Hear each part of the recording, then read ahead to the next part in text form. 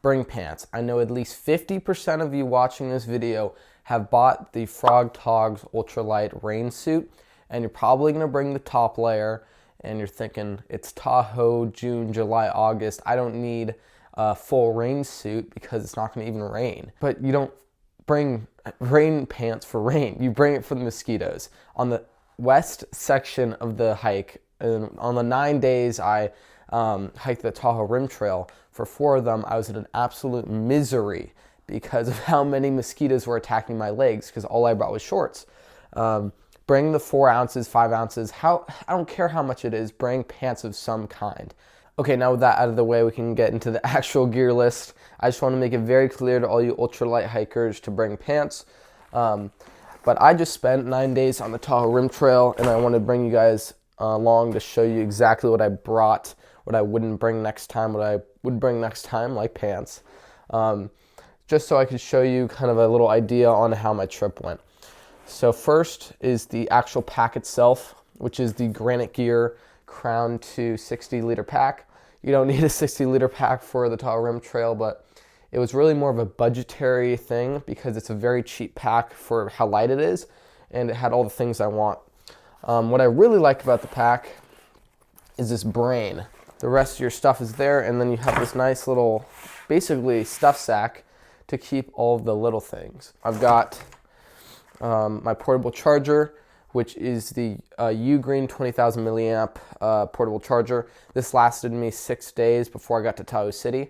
I don't know if I would risk it with a 10,000 milliamp one just because I was charging my watch, my headphones, and also my phone at the same time. And just along with that, I have my generic USB-C to USB-C for my phone, for my headlamp, and some other things that take USB-C. Next was my tripod. So I used a camera setup with my phone because I didn't want to bring the extra weight for a whole camera. So I just had this little mini tripod, which was really easy to stick to rocks and get some cool shots that I wouldn't be able to get otherwise because it's really hard to kind of mount your phone on a random rock.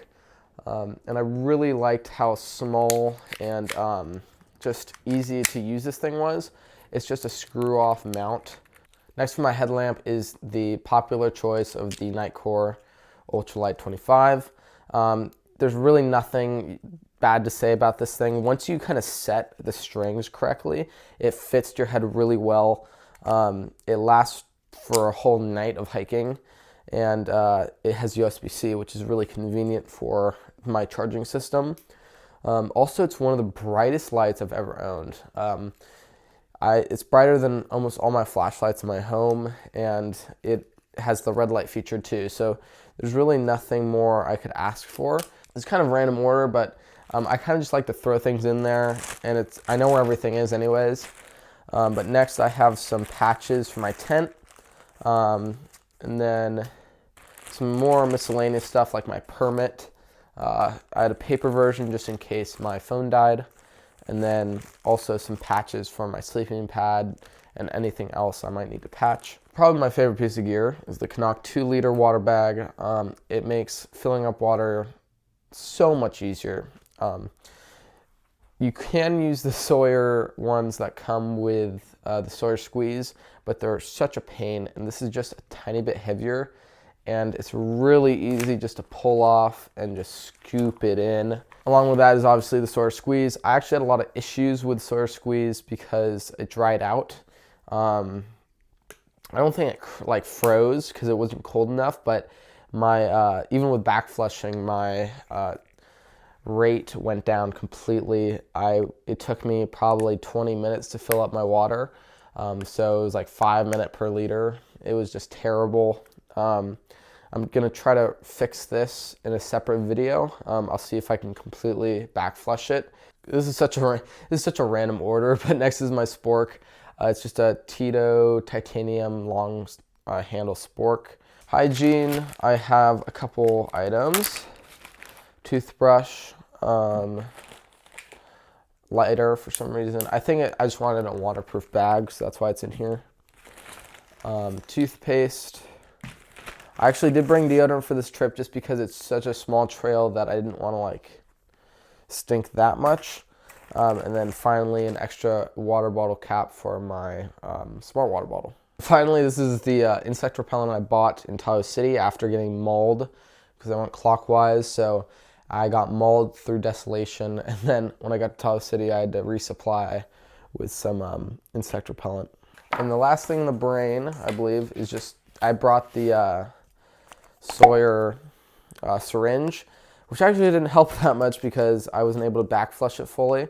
But I wouldn't bring the whole thing. If you have one of those smart water bottles with the tiny squirt tips, you can also use that. Okay, so now we're gonna actually get into the insides of the pack. First, my Bear Vault, which actually still has food in it. It is my Bear Vault 475 Trek. You don't need it for the entire thing, but I just kept it because I didn't want to go pick it up later. I even got a Tahoe Rim sticker from one of the people at the trailheads, and I actually put it on backwards, so that's nice. For my jacket, I have the Decathlon MT100. Really cheap puffer jacket. It's real down, and it was super helpful for those mornings and nights that were kind of chilly and windy. You won't need it that much. You could even go without it and just take a fleece. But for the price, only $100, I think, and it's very light. I would definitely get this just for future trips too. Here it is, the top layer of my Frog Togs. I didn't use this once other than for mosquitoes because they're biting through my sun hoodie, which was terrible. So I put this on top. I wish I had my pants too, then I could have had the full outfit. But I didn't actually experience any rain, so I didn't need that too much. For my cook system, I have a Toaks 550 milliliter titanium pot.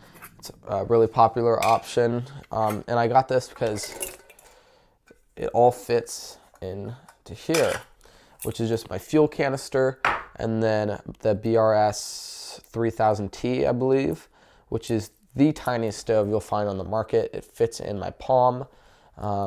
It's super inefficient. I just ran through one of these in 4 days probably. And I actually ran out of gas on the last day because I kind of misestimated how many boils I could get. I probably got 12 boils out of one of these canisters with the BRS. It's supposed to be 24, so obviously it's not very efficient. Oh, pillow. Okay. I brought a pillow because I didn't really care that much about weight. Well, I cared a lot about weight, but not as much as the PCT or John Muir or something. So I wanted to be comfortable. I just have the Trekology 2.0. It's very light and it's inflatable. I am a side sleeper. I desire to be a back sleeper one day so I can sleep anywhere. But as a side sleeper, you kind of need a pillow to have a good night's sleep. And that was a really cheap and light option. Next are my tent stakes. These are just the 6 Moon Designs tent stakes that come with the tent I got, which is the Skyscape Scout. This is a very budget tent. I think it's only $150 new. I had to seal it myself. It was $7 for the sealant. And I just did it in my backyard, but it was really cheap, and it's a trekking pole tent. It is 40 ounces, I think, but for the price, you really can't beat it. Again, kind of that comfort theme. I have the REI Helix as my sleeping pad. It's probably the most comfortable sleeping pad on the market. And I actually got it on a flash sale for 50% off, so it was only $80 instead of $160. It's kind of heavy, but it is like sleeping on a bed. It is so nice, and the dimples in it make it a life-changing experience. I didn't need the 4-point-something R value, but it was nice to have, and I didn't have a bad night of sleep on this thing. I always woke up without back pain, and it was just a really great experience. And that brings me to the last thing inside the pack, which is my sleeping bag, which is the Sierra Designs Get Down 20. It's not a quilt, it's actually a sleeping bag, and I just bought it for the budget reasons. I think it was $100 or something. And it's really light, but most of all, it's real down, and it's a 20-degree sleeping pad, and you really can't beat that. It's just so cheap, and it looks like you're a cucumber. I like the color, and I don't know. I bought it last year and it served me well. I haven't gotten it wet yet, so it doesn't really stink that much. But I never had a cold night on the Tahoe Rim with a 20-degree bag. Sometimes I was even too hot and I'd like stick a leg out. And that's it in my bag. Now we can look on the outside. I got my poop kit here, which is kind of self-explanatory, but just for my trowel, I have the Deuce, which is it's less than an ounce, which worked really well. Some toilet paper and some hand sanitizer. And then finally here is my med kit, which I just use the 0.5 adventure kit something. Benadryl, ibuprofen, stuff like that. I put my own pills in because they only give you 1 or 2 of each, which is definitely not enough. I also put like Tums in case I got heartburn, stuff like that. So that's it, except for my smart water bottles, which this one has a like squirt cap on it, which was nice. This is my electrolyte one. So as you can see, one of them is the blue one and one of them is the black one. The black one is always my electrolytes because I don't want to mix them when I'm cooking. Also, one of my favorite pieces of gear is not the smart water bottle itself, but the attachment. It's the 1-bottle hydration system, and this made drinking enough water so much easier because you're basically combining one of those like Camelback tubes that goes around your neck and the smart water bottle system all in one. It's a couple ounces and it makes a huge difference because I probably drink double the amount of water when I have a bladder thing. But I don't want to deal with the bladder itself because it's just so hard to take out and refill. So it's kind of a hybrid in between the smart water bottle and bladder system, and I just really enjoyed it.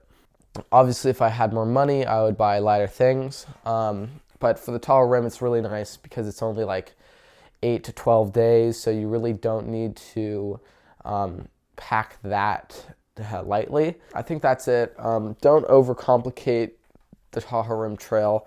It's really good to just get out there and try it and figure out what works for you. Don't get me wrong, I spent months researching my gear in the Tahoe Rim Trail, and it's important to be planned, but there's no better way to gain experience than actually doing it. So happy trails, enjoy the Tahoe Rim Trail. It's gonna be a great time, and bring pants.